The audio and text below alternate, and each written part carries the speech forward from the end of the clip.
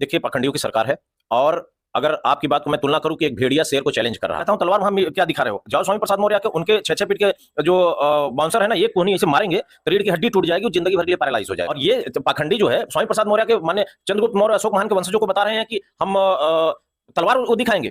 याद रखें, कलिंग युद्ध इतिहास गवाह है, कोई काल्पनिक बात नहीं है। कितने सर काटे गए थे और कितने रक्त की नदियां बही थी। अगर मौर्यवंशियों को ललकारा गया तो ये अब प्रतिक्रिया का समय आ चुका है। और बात ये सिर्फ मौर्य समाज का नहीं है, माननीय स्वामी प्रसाद मौर्य जी सभी शोषित वंचित की बात कर रहे हैं। ये 85% का सवाल है। और कहीं तलवार निकल गई, 85% की भागने की जगह नहीं मिलेगी तो नहीं रोका गया तो कोई सिरफिरा लड़का वही काम कर देगा जो अभी तलवार दिखा रहे हैं, जाकर के इनको पीट पाट देगा, कुछ भी कर सकता है, क्योंकि इसमें मौर्य मुबाल है, शोषित वंचितों मुबाल है। इस तरीके से धमकी स्वामी प्रसाद मौर्य जी को दिया। और वो पाखंडी कितना बड़ा है। हमें इस वक्त जो देश में चल रहा है, जो गर्मागर्म माहौल है, बात चालू हुई थी दिल्ली के जो मंत्री थे, समाज कल्याण मंत्री राजेंद्र पाल गौतम द्वारा जो 22 प्रतिज्ञा का मामला था, वहां से चलते हुए बिहार पहुंचा। बिहार के शिक्षा मंत्री ने रामचरितमानस के उस दोहे को लेकर जो विरोध जताया, उसके बाद वो बात उत्तर प्रदेश आ पहुंची। उत्तर प्रदेश में स्वामी प्रसाद मौर्य जी ने रामचरितमानस का जो दोहा था, जो बहुजन समाज के खिलाफ में लिखा गया है, उसको उन्होंने कहा इसको हटा देना चाहिए, इसमें संशोधन होना चाहिए। इन्हीं तमाम विषयों पे हमारे साथ चर्चा के लिए हमारे साथ हैं एडवोकेट हृदयलाल मौर्य, जो कि अधिवक्ता हैं इलाहाबाद हाई कोर्ट के। सभी साथियों को जय भीम, जोहार।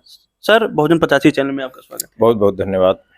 सर, रामचरितमानस को लेकर जो बवाल मचा हुआ है, अभी वो मामला थमने का नाम नहीं ले रहा है। कुछ लोग इसको राजनीति से जोड़ रहे हैं कि 2024 में जो राजनीति मतलब चुनाव होने वाला है, उसको मद्देनजर रखते हुए ये अगड़ा और पिछड़ा का चुनाव है, ये 85 और 15 की लड़ाई होने वाली है। किस तरह देखते हैं आप सर?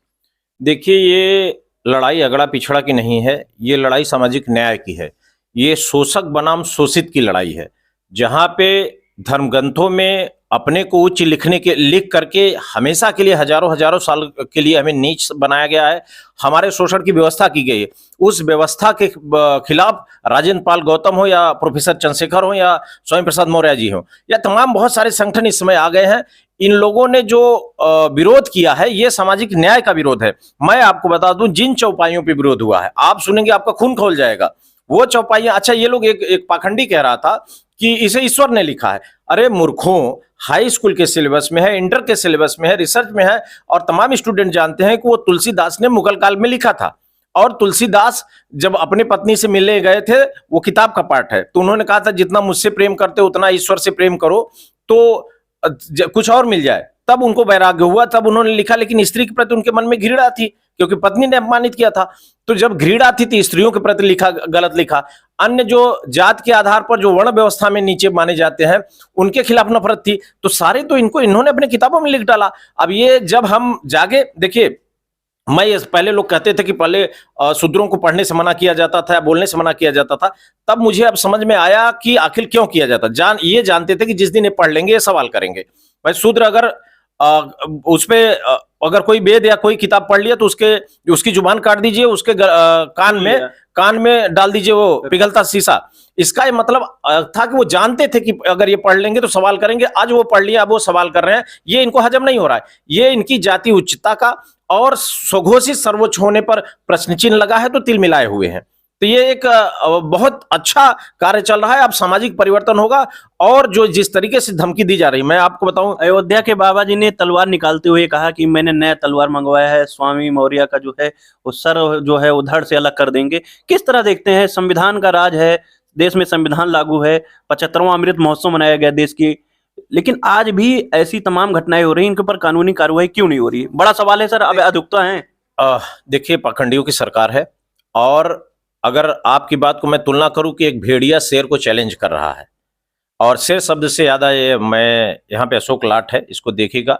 ये इस देश का राष्ट्र चिन्ह है, चारों तरफ अशोक लाट है और 4 शेर का है। ये जो दिखा रहा है पाखंडी, ये असल में इसके पूरे खानदान में किसी पूर्वज ने तलवार नहीं उठाई होगी। मैं जाति व्यवस्था में विश्वास नहीं करता, लेकिन जाति इस देश की सच है, इसलिए जात की मैं चर्चा करना चाहता हूं। उसने जो तलवार लाई है, आपको जानते हैं कि वो नेताओं को देने के लिए तलवार वगैरह बिकती है, उसमें कोई धार नहीं होती है। तो दिखा रहा है तलवार काट दूंगा, असल में वो डरा हुआ आदमी है। मैं कहता हूं तलवार वहां क्या दिखा रहे हो? जाओ स्वामी प्रसाद मौर्य के उनके 6-6 फीट के जो बाउंसर है ना, एक कोहनी ऐसे मारेंगे तो रीढ़ की हड्डी टूट जाएगी, वो जिंदगी भर के लिए पैरालाइज हो जाएगा, वो कुछ नहीं कर पाएगा। मैं आपको बताता हूँ, आज मुझे अपनी भी बिरादरी बात करने की इच्छा हो गई। देखिए, तलवार की जब आप बात करेंगे तो एकमात्र इतिहास पढ़िएगा, मैं कोई काल्पनिक पाखंडी वाली बात नहीं कर रहा हूं। पहला ऐसा वंश है जिसके 10 जनरेशन ने शासन किया है, लगभग 250 साल शासन किया, और तलवार के नोक पर ही हमने पूरे भारत को एक किया है। और ये पाखंडी जो है स्वामी प्रसाद मौर्य के मान्य चंद्रगुप्त मौर्य अशोक महान के वंशजों को बता रहे हैं कि हम तलवार वो दिखाएंगे। और मैं बताऊं, देखिए हमारी हैसियत क्या है, उस पाखंडी की हैसियत क्या है। मौर्य वंश से होने के नाते मैं बता रहा हूं, इस देश का ये राष्ट्र चिन्ह है, संसद पे हमारा राष्ट्र चिन्ह है, सुप्रीम कोर्ट पे हमारा राष्ट्र चिन्ह है, सारे हाई कोर्ट्स पे हमारा राष्ट्र चिन्ह है, और इस देश के झंडे में अशोक का चक्र है। ये लोग जिस तरीके से डरे, बेसिकली ये लोग परजीवी हैं। परजीवी आप जानते हैं, जो एक जीव दूसरे पे आश्रित होता है वो परजीवी होता है। इन लोगों का एक दुकान है, ये परजीवी हैं, लोगों पे आश्रित हैं। जब इनकी दुकान बंद होने का डर है तो ये तलवार दिखा रहे हैं।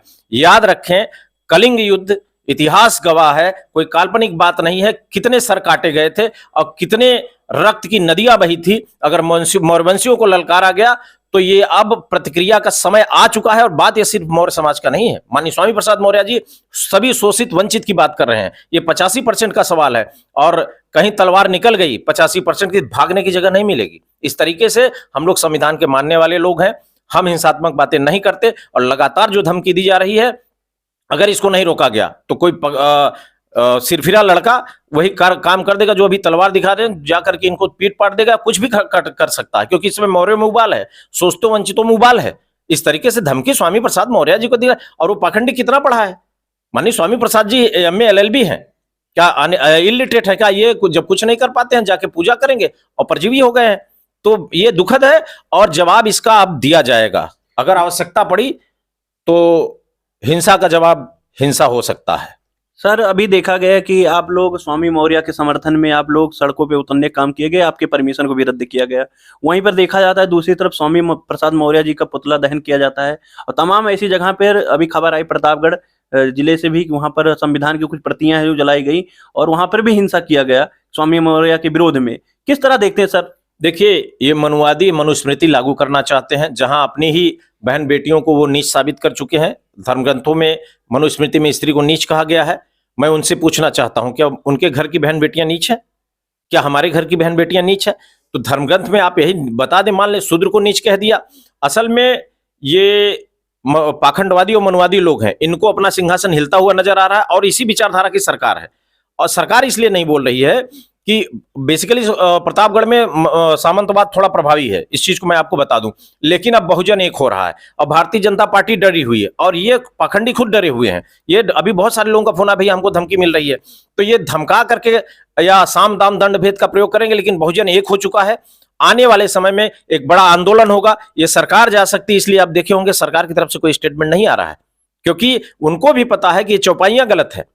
अगर वो साथ में खड़े हो गए तो बहुजन समाज एक तरफ हो जाएगा, और फिर इनका कोई काम नहीं करेगा फंडा, क्योंकि ये मार रहे हैं पटेलों को, गाली दे रहे हैं, सोशल मीडिया पे इनके लोग धमकी दे रहे हैं, मौर्यों को तो दे ही रहे हैं, यादवों को तो दे ही रहे हैं, इवन पाल प्रजापति को और चमार समाज को, मतलब जो भी बहुजन की बात कर रहा है सबको गाली दे रहे हैं। अब समय ऐसा प्रतीत हो रहा है मुझे कि हो सकता है कि आक्रामक प्रतिक्रिया हो, और फिर सरकार को लॉ एंड ऑर्डर मेंटेन करना मुश्किल हो जाए। अखिलेश यादव जी द्वारा ये कहा गया कि हम शूद्र हैं, हम योगी जी से पूछेंगे कि हम शूद्र हैं कि नहीं, क्योंकि अगर देखा गया इतिहास में, अगर पुराने उसमें जाएंगे तो अखिलेश यादव जी जैसे कुर्सी से उतरते हैं, वहां का कार्यकाल समाप्त होता है, उस कुर्सी को धुलवाया जाता है गंगा जल से। किस तरह देखते हैं कि उनका अपमान जो किया गया शूद्र कम्युनिटी से होने के नाते, कि ये व्यवस्था ही ऐसी है? नहीं, देखिए, ये वर्ण व्यवस्था के आधार पे जो हिंदू करते हैं, असल में कहानी बहुत बड़ी लंबी है। आप देखे होंगे, पहले बहन जी की सरकार, फिर नेताजी की सरकार, फिर बहन जी की, फिर नेताजी की, लंबे समय तक चला। करीब 30 साल तक बीजेपी सरकार से बाहर रही। अब इनको ये लगा कि शूद्र, ये वास्तव में ये मनुवादी और पाखंडवादी लोग सभी शोषित वंचितों को शूद्र मानते हैं। ये जो धुलवाया गया था, ये तो हम कहते हैं आप किसी से फिनाइल वगैरह से भी धुलवा के कर सकते थे, लेकिन ये गंगा जल छिड़काव का मतलब शुद्धिकरण। देखिए, जब भी आप ऑफिस में जाते हैं, कोई नया कमरा लेते हैं, धुलते हैं, धुलने में कोई बुराई नहीं, लेकिन गंगा जल से धुलवाने का मतलब है कि आप इसका शुद्धिकरण कर रहे हैं और आप इसको अपवित्र मान रहे हैं। तो अपवित्र तो बहन जी को भी इन्होंने माना, बहन मायावती को, और अखिलेश जी को भी, और माननीय मुलायम सिंह जी को भी, और ये उन्हीं को नहीं मानते, वो सत्ता में थे। मौर्य समाज को भी ये मानते हैं, पटेल समाज को भी मानते हैं। आप देख लीजिए, विश्वकर्मा शर्मा को कभी समानता की बात नहीं करते। मैं माननीय उच्च न्यायालय में अधिवक्ता हूं, और मेरे सीनियर्स का मैं आपको बताऊं, जात के लोग पैर नहीं छूते हैं। उनकी उम्र 30 साल है नए अधिवक्ताओं की, और हमारे सीनियर 70 साल के हैं, लेकिन उनका पैर नहीं छूते हैं। ये जाति उच्च नीच की भावना है, और वो कभी भी हमें अब समानता का अधिकार नहीं देंगे, इस बात से मैं आश्वस्त हूं। सर, अब ये देखा गया बड़ा सिलसिला चल चुका है कि गर्व से कहो हम शूद्र हैं, काफी होर्डिंगे लग रही हैं समाजवादी कार्यालय के सामने, काफी होर्डिंगे लगी हुई दिखी। और अब हर जगह, यहाँ तक मुंबई, महाराष्ट्र, हर जगह से मैसेज आ रहे हैं कि सब लोग अब जो बहुजन समाज के ओबीसी के लोग हैं, वो लोग भी ये चीज देख रहे हैं कि होल्डिंग लगाने का काम कर रहे हैं, गर्व से कहो हम शूद्र हैं। किस तरह देखते हैं? देखिए, जो समाजवादी पार्टी कार्यालय के सामने लगा है, वो मैंने भी उसको देखा है। मैं जा रहा था उधर से देखा, एडवोकेट नीरज कुशवाहा ने लिखा है। और जो समाजवादी पार्टी कार्यालय लखनऊ में लगा हुआ है, वो कोई डॉक्टर पटेल हैं। अब देखिए, कुशवाहा समाज, पटेल समाज, इवन यादव बहुत सारे अपने को शूद्र लिख रहे हैं। तो एक तरीके से अब लोग जो जागरूकता आई है, अब 85 के एक होने की बात हो रही है। अगर हम क्षत्रिय वैश्य शूद्र, क्षत्रिय वैश्य नहीं है, ब्राह्मण नहीं, तो शूद्र ही तो हैं। अब धर्म व्यवस्था के हिसाब से, अब आप कोई नीच माने, नीच ऊंच कोई नहीं होता, मैं व्यक्तिगत रूप से किसी को छोटा बड़ा नहीं मानता हूं, लेकिन धर्म व्यवस्था के आधार पे हम 85% के लोग शूद्र ही हैं। और अब शूद्र एक हुए हैं, तो ये सरकार भी जाएगी, और जिस दिन सरकार जाएगी, ये जो पाखंडवादी धमकी दे रहे हैं ना, इनको भागने की जगह नहीं मिलेगी। मैं बता, बहन जी कहती हैं कि एससी एसटी ओबीसी को अखिलेश यादव जी ने शूद्र बोलकर उनका अपमान किया है, उनको शूद्र नहीं कहना चाहिए। किस तरह देखते हैं बहन जी का स्टेटमेंट? बहन जी को मैं बहुत आक्रामक नहीं लूंगा। कभी वो सामाजिक न्याय की लड़ाई लड़ती थी, बीच में मनुवादियों के प्रभाव में उन्होंने मान्यवर कांशीराम के सपने को नस्तो नाबूद कर दिया, और बाबा साहब बी आर अम्बेडकर के सपने को नस्तो नाबूद कर दिया, और तमाम उनके पार्टी के जो वैचारिक लोग थे, सब एक एक करके चले गए, और कुछ लोगों को उन्होंने निकाल दिया। इस समय मायावती जी, सतीश मिश्रा जी के जो हमारे वरिष्ठ अधिवक्ता हैं, तो मैं उनके सम्मान से ही उनका नाम लूंगा, सतीश मिश्रा जी के प्रभाव में है, और वो जो भी निर्णय ले रही हैं, मनुवादी सामंतवादी विचारधारा का ही निर्णय ले रही हैं, जिसके नाते बसपा पूरी तरह से समाप्त हो गई है। अब जो बहुजन समाज है, माननीय अखिलेश जी के साथ खड़ा हो रहा है। अब उनको इस बात का डर है कि जो बचा खुचा वोट है, वो भी चला जा रहा है, इसलिए वो ऐसा स्टेटमेंट दे रही है। लेकिन बसपा बहन जी की नीतियों के कारण समाप्त हुई है, और वो vote most probably Samajwadi party की तरफ शिफ्ट होगा, और आने वाले समय में समाजवादी पार्टी मजबूत होगी। और भारतीय जनता पार्टी को अगर उत्तर प्रदेश से कोई हटा सकता है, तो वो सिर्फ समाजवादी पार्टी है। इसलिए बौखलाहट में बहन जी का स्टेटमेंट है, उनके अपने विचार हैं, जो भी कहना चाहेंगे। हमसे बात करने के लिए बहुत बहुत धन्यवाद। बहुत बहुत धन्यवाद। साथियों, हमारे साथ थे एडवोकेट हृदय लाल मौर्य, जो कि हाई कोर्ट अधिवक्ता इलाहाबाद से हैं। साथियों, आप इन विषयों को कैसे देखते हैं? अब यहाँ पर ये देखा जा रहा है कि जो एससी एसटी ओबीसी के लोग हैं, आज पढ़ रहे हैं, लिख रहे हैं, तो उनको जानकारी मिल रही है कि हाँ, इतिहास काल में उनके साथ घोटाला हुआ है, इतिहास के साथ घोटाला हुआ है, तो आज वो पढ़ लिख कर अपने हक और अधिकार की बात कर रहे हैं। इन तमाम विषयों को आप कैसे देखते हैं? अपनी जो राय हो कमेंट बॉक्स में जरूर दीजिए। चैनल को सब्सक्राइब नहीं किया तो चैनल को सब्सक्राइब करें, और वीडियो को ज़्यादा से लाइक करें, और वीडियो को ग्रुप में शेयर करना बिल्कुल न भूलें। धन्यवाद।